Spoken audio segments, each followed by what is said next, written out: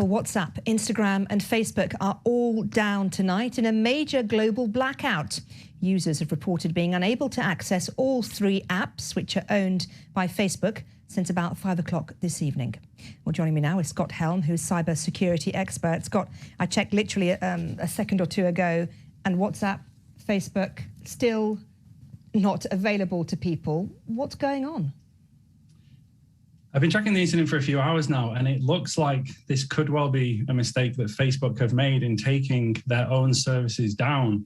And it's taking them a lot longer than people thought to bring those services back online. I know it started, didn't it? I think it was around about 9 o'clock California time, wasn't it? The start of the working day over there. When you say taking their services offline, what do you mean? What were they trying to do? So all of the indications so far look to be that this is something to do with BGP. Now, BGP, the Border Gateway Protocol, is like the map of the internet, and different companies publish the routes on how to get to their servers to access their services. And it looks like Facebook have withdrawn all of those routes. So right now, nobody knows how to get to Facebook services. Right, so we've withdrawn those routes. You'd think if you can withdraw the routes, you'd find it easy to reinstall them again. With all the people they have, all those clever clogs working for them in Silicon Valley, you'd think they'd have an answer by now, because it's been quite a long time.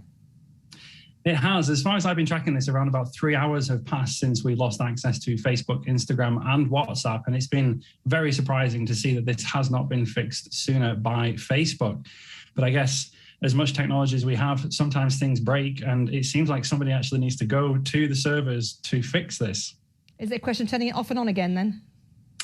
I hope so. I hope it's that simple, and maybe we'll see access to Facebook restored soon. But right now, I think they're trying to get staff onto sites to resolve the problem and actually start bringing those services back online, which itself could take 1 to 2 hours from now. Scott, the interesting thing is, and the embarrassing thing for Facebook, if you like, is that it's had to go onto Twitter, hasn't it, to talk to its users and say, look, hello, it's us on Facebook, we're having problems, apologies. That really must hurt. Yeah, it's not a particularly good look when you have to go to rival social media companies to liaise, but even the Facebook status page is down right now. So even if we wanted to check from Facebook what Facebook say about Facebook, we have to do that via other channels like Twitter. I know that you're a cybersecurity expert, but I know also that you have a love of the tech world. What does this tell us about the way that technology and social media, interact with our lives, and how important it is? Because I know quite a lot of people tonight are thinking, how am I going to get my post on Instagram, post on Facebook, to WhatsApp my friends? It's such an intricate part of our life, isn't it? And that shows when things like this happen.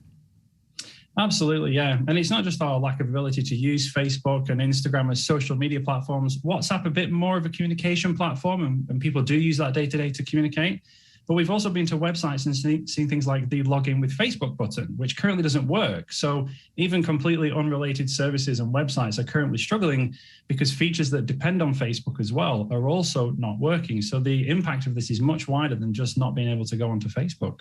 Okay, Scott Helm, it's been good to talk to you. Thank you very much indeed.